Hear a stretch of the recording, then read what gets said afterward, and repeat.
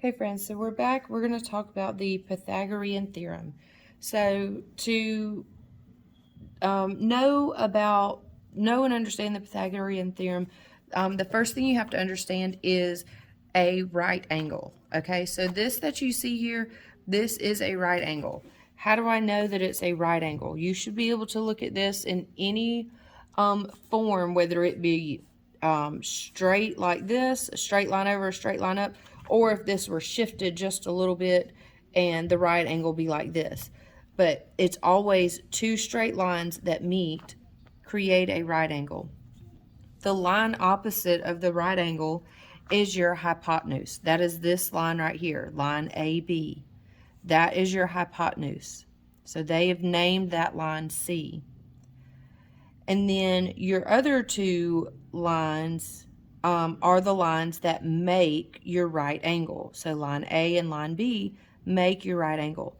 The Pythagorean theorem says that your hypotenuse, C squared, is equal to both your line, the sum of both of your lines squared. So B squared plus A squared. So your formula is right here in your book. C squared equals A squared plus B squared. That is your formula to figure out the measurements of lines when it comes to right angles using the Pythagorean theorem, okay? So we're going to go over to page 27.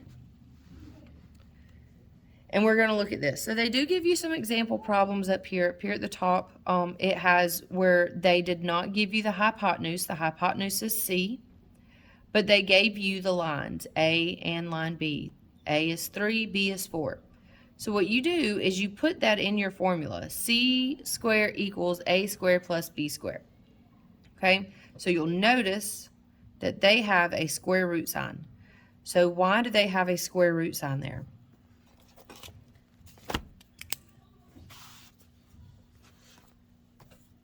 So your problem is C squared equals A squared, plus B squared.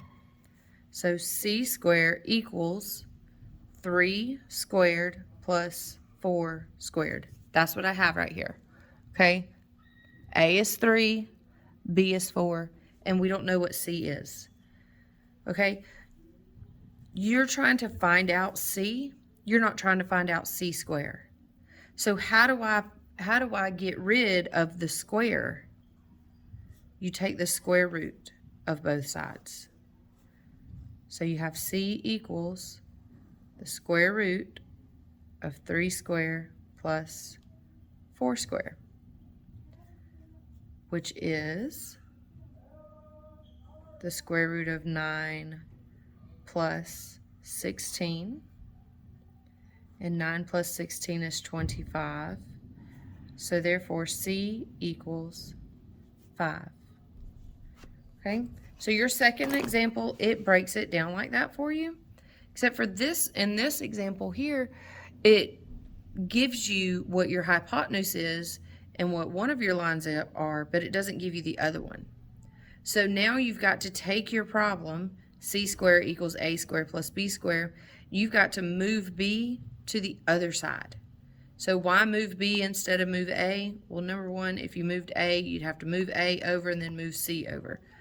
We don't want to do that. You could just subtract B from both sides. Remember, to move something from one side of the equal sign to the other side, you do the opposite. This is a plus sign, so I'm going to minus. I'm going to use negative, which then gives me A squared equals C squared minus B squared. So put that in go ahead and do my square root, and then over here you can see where they solved it and they got that A equals 8. All right, so down here at your questions, this says that the Pythagorean theorem states that the square of the length of the what? Of a right triangle. If you look back over on page 26, it tells you that that is the hypotenuse. The square of the length of the hypotenuse is equal to the sum of the squares of the length of the other two lines. So that's these two lines that form the right angle.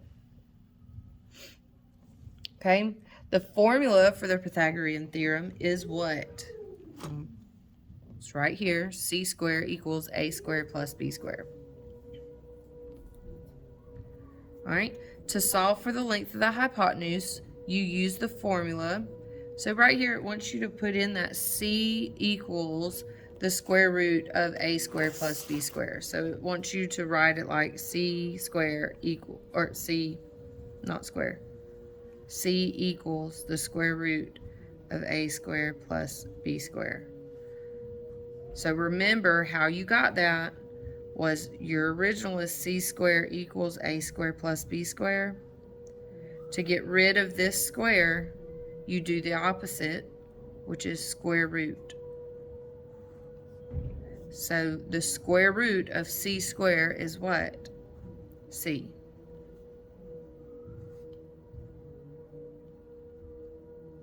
Okay?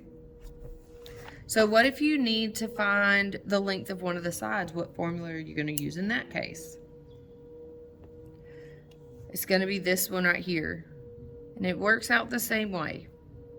Okay, so you can do either B equal or A equals C squared minus B squared. Or you can do B equals the square root of C squared minus A squared. Whichever one you want, it doesn't matter. Neither one of those are wrong. Okay? So now, moving down here to number 5. Okay? It says, if the sides of a right angle are 5 units long and 12 units long, find the length of the hypotenuse. Okay? So I have a right angle, and I have 5 units, 12 units, and then my hypotenuse is a mystery. And that's what I need to find out. Okay? So my formula that I'm using is C squared equals A squared plus B squared. So when I'm going to plug these in, I'm just going to go ahead and do the square root. I'm going to convert it to this. C equals 5 squared plus 12 squared. All right, which is going to equal 5 squared is 25, 12 squared is 144, which equals the square root of 169. And what is the square root of 169? You can throw that into your calculator. And you should have come up with 13.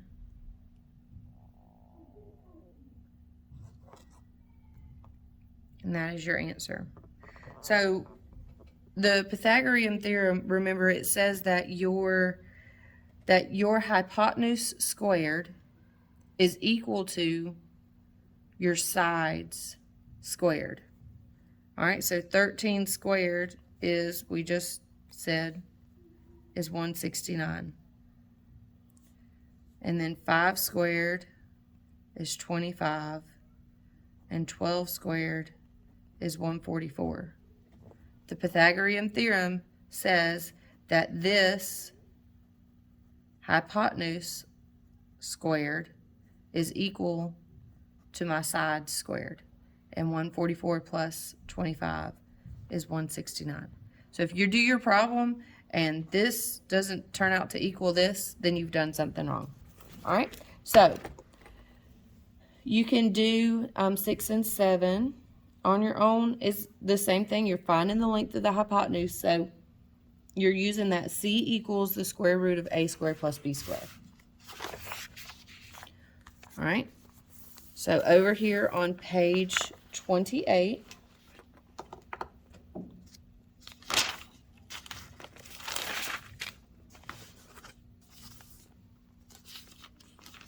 all right, on page 28, we're going to find how long the other side is. So we have a right triangle, and the hypotenuse is 65. So C equals 65. One of the sides, we'll say that's A, equals 33. What is b? All right, so we're going to use our formula. C squared equals a squared plus b squared. Now, if you want to, you can just go ahead and plug your numbers in and then move them around, or you can just go ahead and move them around. What I'm trying to find is b, so I'm going to move a to the other side. Again, if you want to plug your numbers in, you can. B squared equals c squared minus a squared. Remember, you're subtracting c squared minus a squared. It is not a squared minus c squared. If you do that backwards, your answer will be wrong and you'll be wondering what you did wrong. But you have to remember that it is c squared minus a squared, not the other way around. Same thing when you move b to the other side. It's c squared minus b squared, okay? All right, so now I'm going to plug in my numbers. Oh, well, take the square root of both sides. All right, so b equals the square root of c squared minus a squared. So when I plug in my numbers, I have b equals the square root of 65 squared minus 33 squared. All right, so using your calculator or your brain, whichever one you want, the square root of 65 is 4,225. We're going to subtract that from 33 squared, which is 1,089. All right, so subtract that. B equals the square root of 3,136. And the square root of 3,136. Oh, I'm sorry. Y'all cannot even see what I'm writing.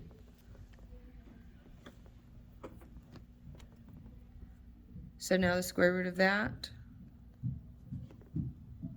And you have b equals 56.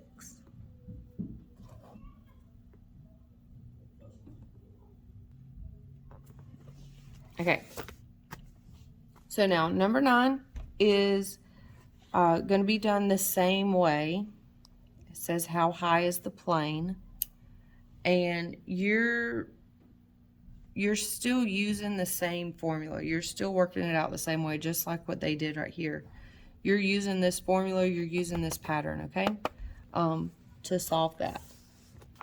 All right, so over here on page 29, this is your wisdom principles and your scripture verse. So your scripture verse is Proverbs 14:15, says, "The simple believeth every word, but the prudent man looketh well to his going." All right, so then your wisdom principles, you know, are all through your book. You can go back and find them.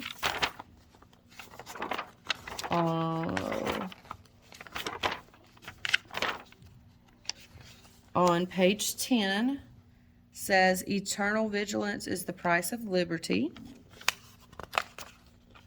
The next one can be found on page 16. "We must be courageous." Maybe you can see that a little bit better. "But also reasonable. The world admires us for walking a tightrope without falling off. It asks us to keep our balance."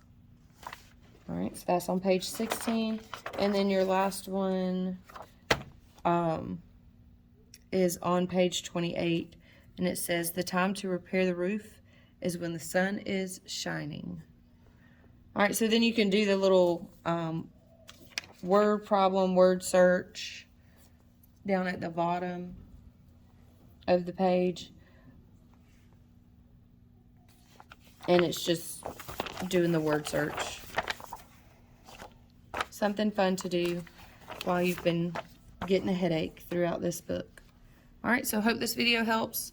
Hope you're able to get this done pretty easily and pretty quickly. And I will do a video for the review because I believe that is what is next.